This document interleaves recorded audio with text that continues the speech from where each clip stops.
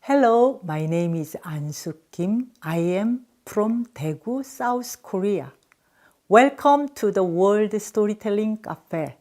Thanks to this cafe, I have enjoyed many good stories by master storytellers around the world. And now I am very honored to tell a few Korean stories here. The coronavirus has changed the world. Korea has passed the worst part of this war, but America, UK, Italy, and many other countries are still in the middle of this unprecedented war with the COVID-19 virus.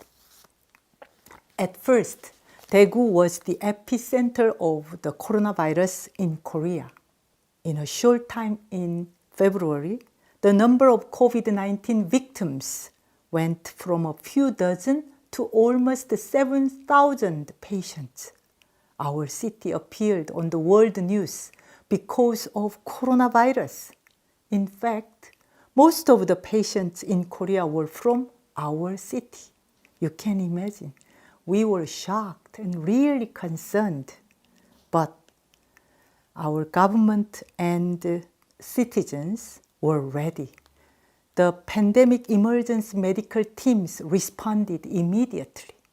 A lot of testing and tracking the patients as far as possible, and isolation began. All of a sudden, our streets became empty. It's like a ghost town.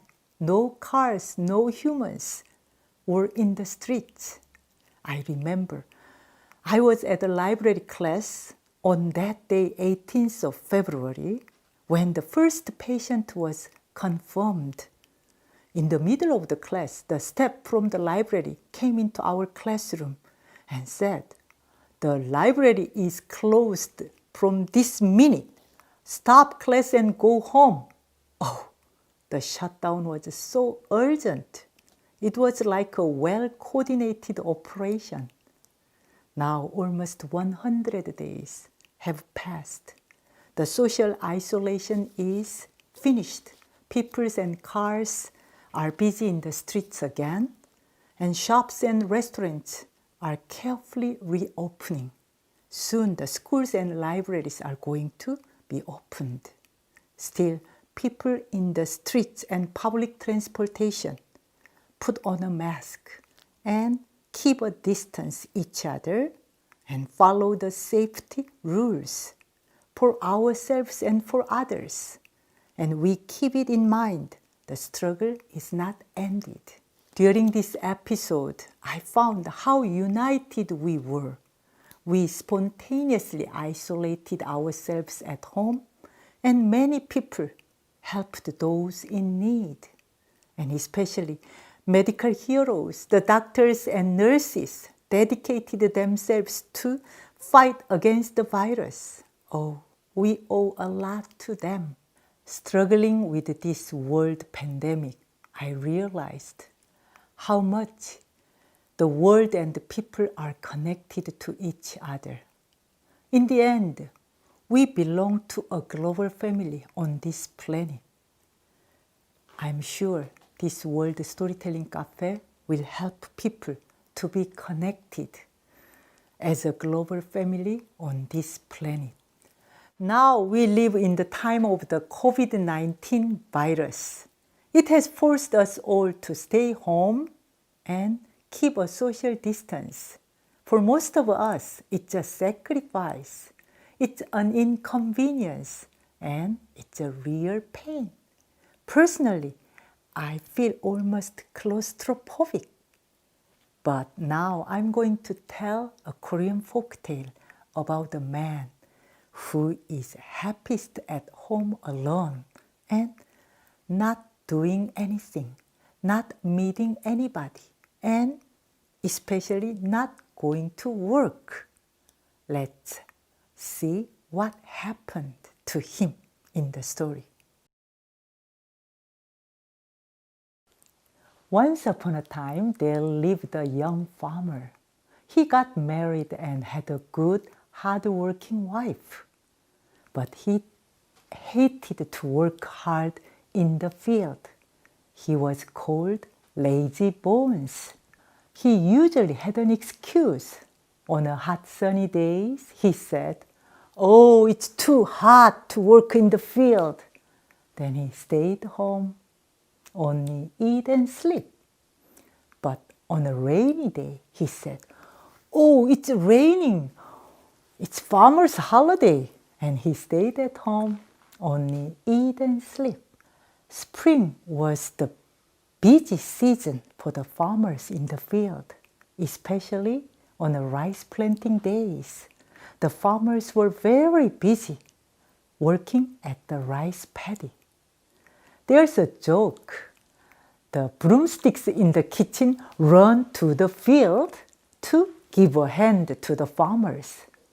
But this lazy bone, he stayed at home one particular rice planting day.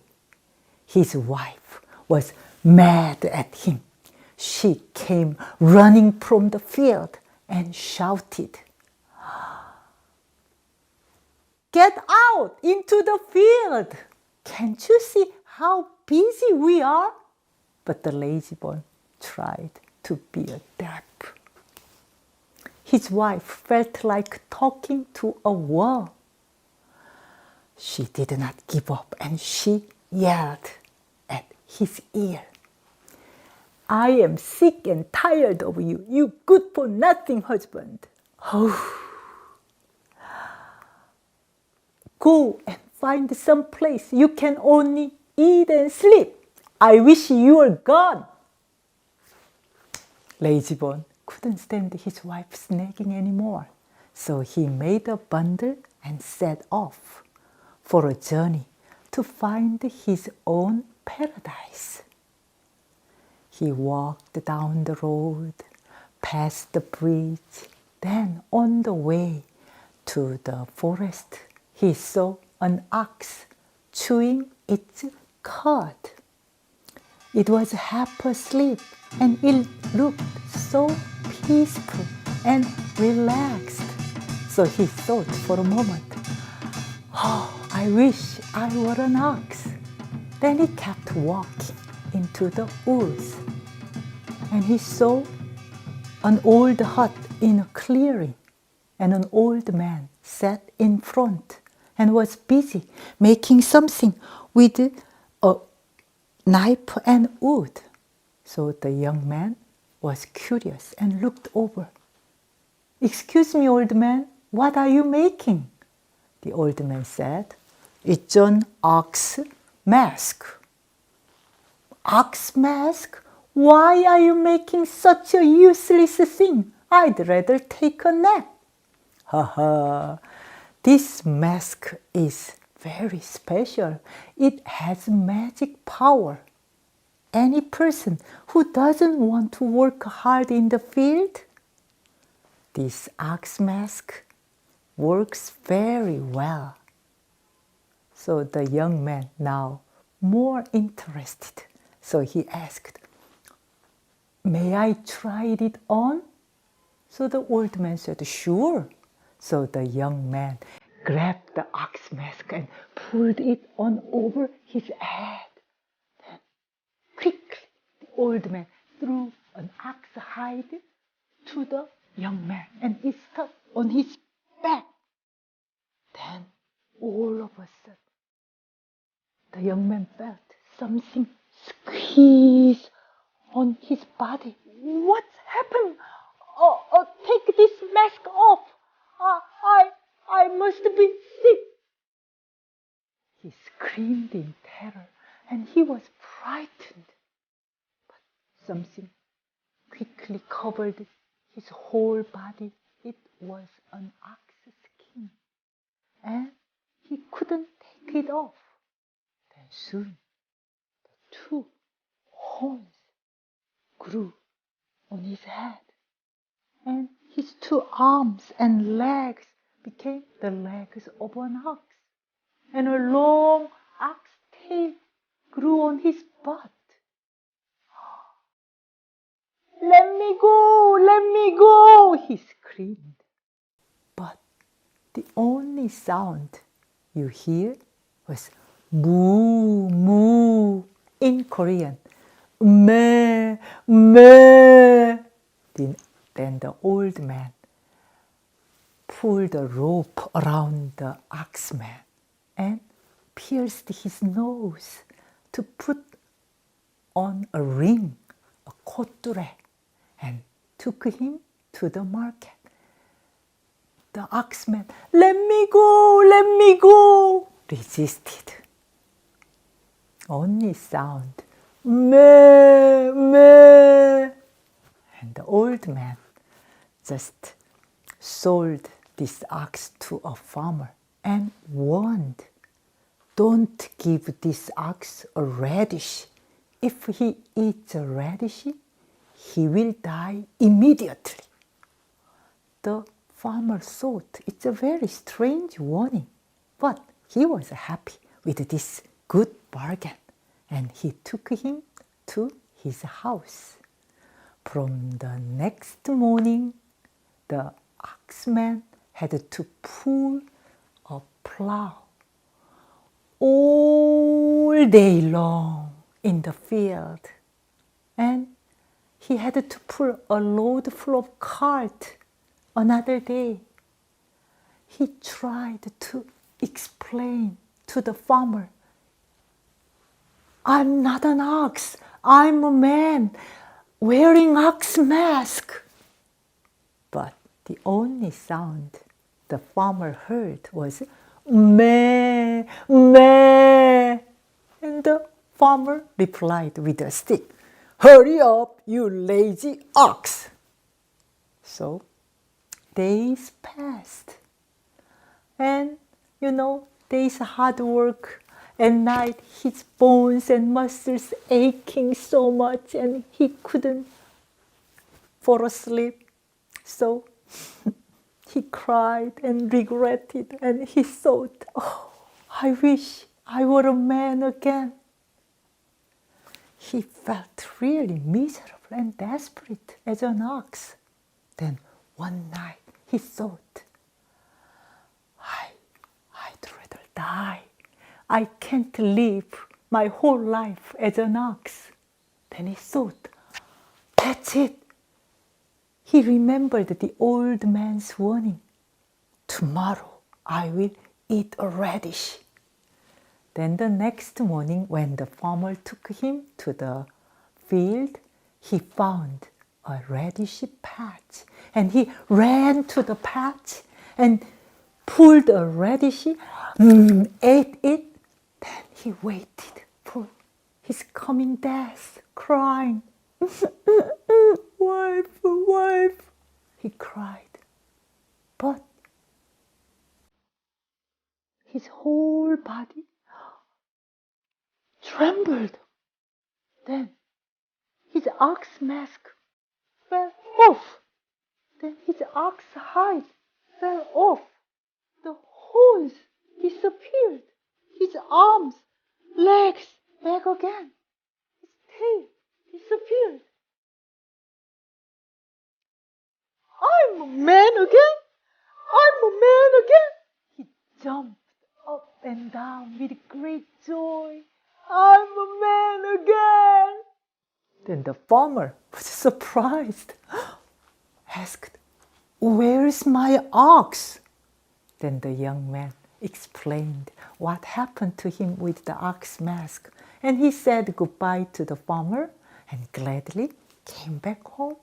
On the way home, he just looked for the old man and his hut, but the only thing he found in the clearing was a big round rock, and on the rock his bundle.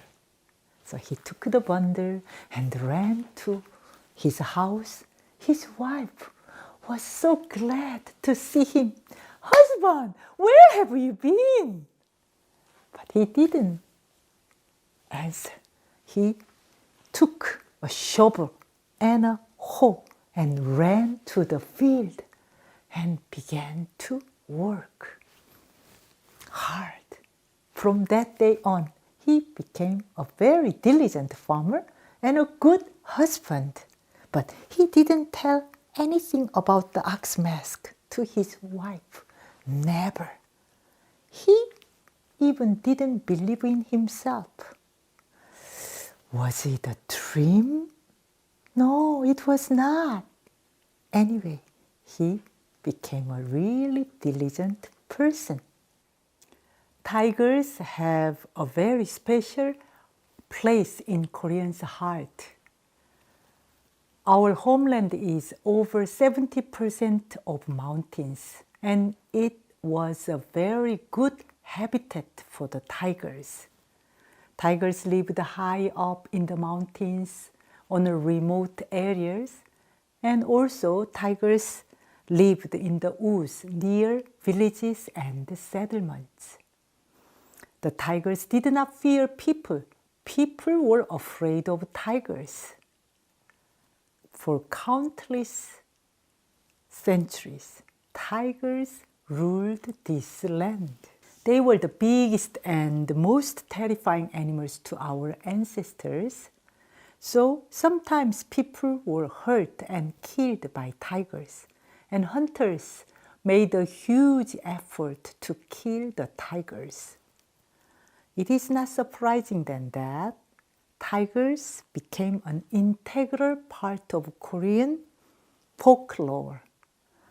In our folk tales, the tigers appear as strong but humble, grateful, righteous, and noble creatures.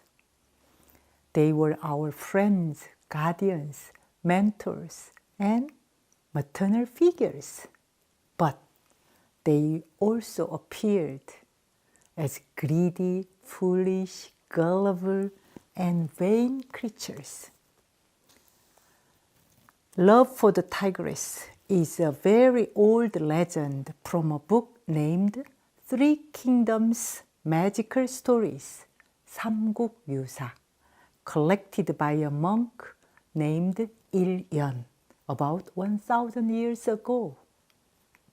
The second story is a folktale about several hundred years ago in Gangwon province, a mountainous region in Korea. And most ferocious tigers' habitat it was. This story is based on an English translation book, Tiger Burning Bright, by the Catherine J. Crane Foundation in Ewha Women's University. Long, long ago in Silla Dynasty, there was a temple in Sarabal, and people went there to pray for their wishes. And the temple gave a festival on particular time of a year, and at the festival, hundreds of thousands of people gathered in the temple garden, and they circled around the pagoda, praying Buddhist chant, 나무아미타불, 관세음보살. They believed the pagoda had special power to grant them their wishes. One late night during the festival, after the crowd all went off to their house, a young man named Kim was there alone. Then he heard footsteps behind him. He looked back and he saw a beautiful young woman was there praying. She was so beautiful, like lotus flower blooming in the moonlight. So he mesmerized and gazed at her. The young woman stopped and looked at him. Their eyes met like a magic. There was love. And night after night, they met at the pagoda and prayed together, and their love deeper and deeper. Then one late night, Kim escorted her to her house. Her house was deep in the woods. When they arrived at the house, her mother came out and was surprised to see the stranger. And she said to her daughter, "Daughter dear, your brothers will come soon. What will they say? You must hide him quickly." So the young woman handed him and led him to the loft. Kim Hyun was waiting. Soon he heard tiger's footsteps outside the house. Then 3 huge tigers bolted into the house, and they smelled humans, fresh blood, and they searched here and there. Kim Hyun was terrified. Any minute he can be the tiger's dinner. He was there in terror. Just then, a thundering voice from heaven shattered the house. The voice said, "You villains, you have killed too many people, my innocent people. I heard every day my people's crying and wailing. I will not forgive you. Tomorrow, one of you shall die." Tigers, they just begged and cried for their lives. Then the young woman said in a stern voice, "Dear brothers, please promise me you are going to leave here right now and go to the deep mountains and never kill another innocent human again." Then the 3 brothers thanked and swore they would honor their sister's sacrifice, and they bowed and ran off. Kim Hyun came out from the loft and said to the young woman, "Thank you for saving my life." Then the young woman said, "Now you know what I am. I am also a tiger. You can't love a tiger." But Kim Hyun said, "Yes, I do love you. Though you are a tiger, but your good heart is the same as humans. Why must you die? Your brothers should die." But the woman said, "My dear, my decision is made. Please promise me. Tomorrow I will appear in the marketplace and make a big commotion. Then the king will order whoever slays me will get a great reward. It must be you. Promise." Kim Hyun hesitated, and even before promise, everything vanished. And Kim Hyun found himself lying on the grass in the clearing. The next morning,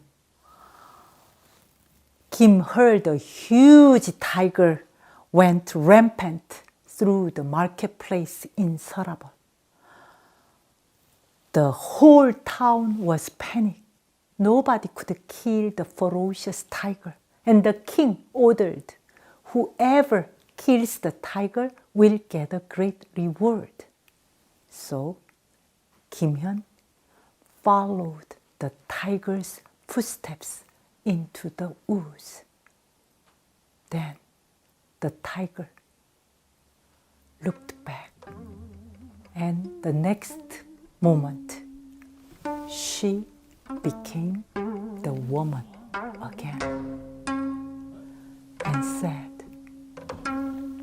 "Now, do it now as you promised."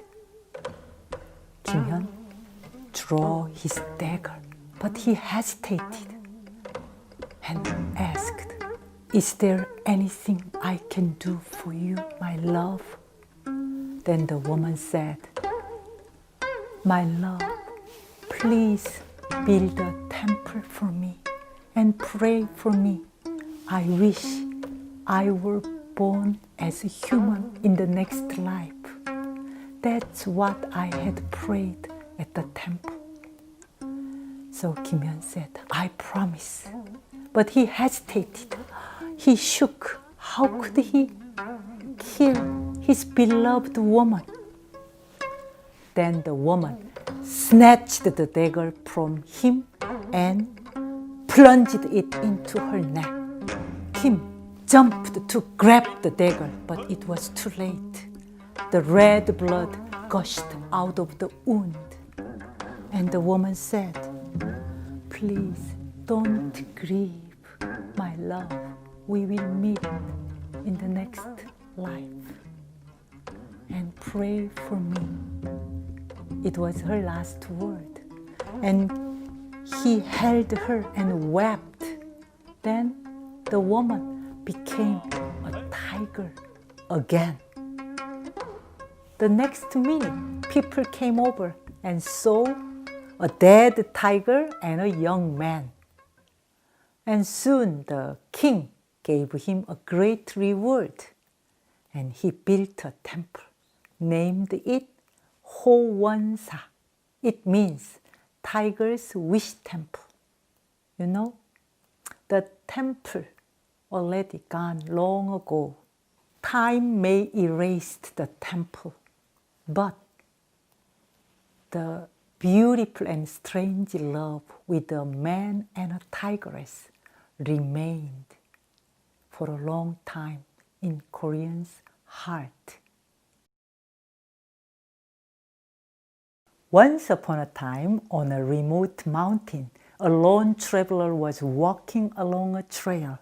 He was carrying a big, heavy load on his back. He was a salt peddler, backpacking salt from village to village, from door to door. Though he was in his 30s, he looked twice as his age. The sun was completely gone and there was no human dwelling near the trail. The salt peddler was hungry, tired, and scared. Then all of a sudden, he saw a faint glimmer of light. It was a hunter's shabby hut. He was running into the house, shouting happily, "Hello, hello, anybody home?" A woman in her 30s appeared at the door. "Who are you at such a late hour?" "Oh, I'm so sorry for bothering you. Could you please let me stay the night here?" But the woman hesitated. Then she said, "My husband isn't back from the market. Did you happen to see anybody on the road?" "No, I saw neither man nor a beast." "Oh, well, then please come in." The salt peddler followed the woman into a small room. He couldn't stay outside until her husband returned. Soon the woman brought some boiled potatoes. "Oh, you must be starved. Help yourself." So the salt peddler, after finishing all the potatoes, he was so sleepy, but he tried not to sleep. He struggled. Then he fell asleep and snoring loudly. The young woman, she huddled into the corner of the small room and became more and more anxious about her husband. Then she went over to the peddler and shook him. "Wake up, sir! Please wake up!" The peddler awoke and was embarrassed. In that small room, only the young woman and him. Then the woman said, "Oh, I'm so sorry to disturb you, but my husband isn't back yet. Oh, I've heard tigers are especially rampant these days. I'm afraid something dreadful has happened to him. We must go out to search him." The peddler was grumbled, and even at the mention of tigers, he said, "Oh, what can we do in the dead of night? We can't see a thing. Let's wait till daybreak, then I will help you." The woman said, "By then, only his bones will be left. Poor husband. We must go right now." So the salt peddler reluctantly followed her. Then she gave him an axe and lit a torch for herself. "Follow me." After wandering around some time through the forest, up and down the mountain woods, they saw a piece of cloth soaked with blood on a branch of a tree. But she realized it was her husband's clothes. She turned pale, gritted her teeth. She just gripped the clothes tightly. It was obvious her husband had been attacked by a tiger. They followed the bloody trail for a while when suddenly the peddler gasped at the two fierce eyes of a tiger glaring at him. Blood was still fresh on its mouth, and under his paws sprawled a mauled body of a man. Oh, the woman looked down at her husband and stepped up to the tiger. Already the axe was gripped in her hands, and her eyes ablaze. "You wretched brute! You are not going to fatten yourself on my husband's flesh! Never!" And with a shrill cry, she whacked the tiger between the eyes with her axe. Yeah! Kum! The huge tiger dropped dead, just like that. The woman collected what remained of her husband. Tears streamed down on her face, and she said to the peddler, "We have to take him home. Will you follow me with the torch, or do you want to go with this body?" The peddler fidgeted a while. Then he shouldered the corpse of the man and walked ahead. When they arrived at the house, the woman laid the body of her husband in the room. Then she went out to the yard again and began to sharpen her axe until the blade gleamed cold and sharp. The peddler was frightened and said, "Oh, what are you going to do with that axe? The tiger's dead." But the woman said, "For the same reason I walked behind you with the torch. I know the tiger I killed was a male, and its mate will surely get revenge. I know a woman's heart works the same way. It's not over till one of us is dead." Towards daybreak, with a furious roar, the tigress appeared at the house. Its roar scared the peddler out of his wits, and while the man was shrinking back, the woman stepped She'd been waiting for all night this moment.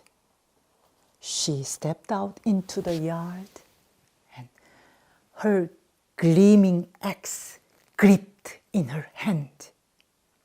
The eyes of the woman and the tiger clashed. Neither one showed a second thought.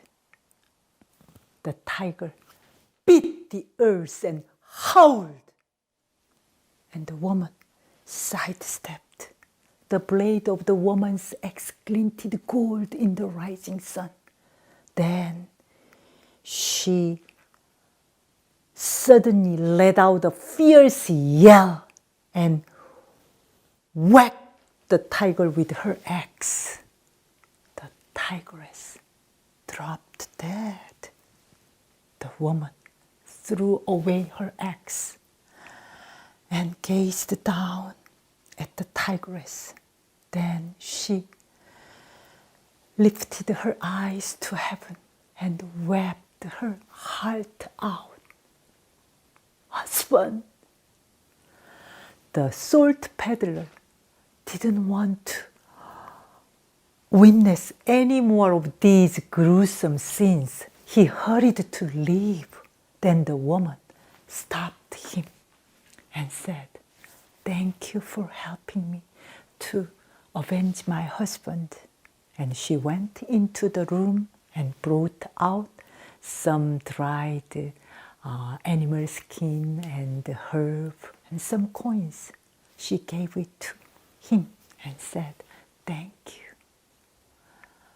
When we came into this mountain with my husband, we promised to each other, live together and die together. Now I can see him without shame. Thank you." And the peddler take her gifts and departed. When he reached the top of the mountain, he wanted to one last look back the house. He saw the woman at that moment setting fire to her house and walked into the room where she had laid her husband's body. Then the next moment, the flame engulfed the house. The salt peddler was shocked and almost collapsed. He murmured, "What a woman, what a tiger. 나무아미타불 관세음보살." Then she departed for his next journey.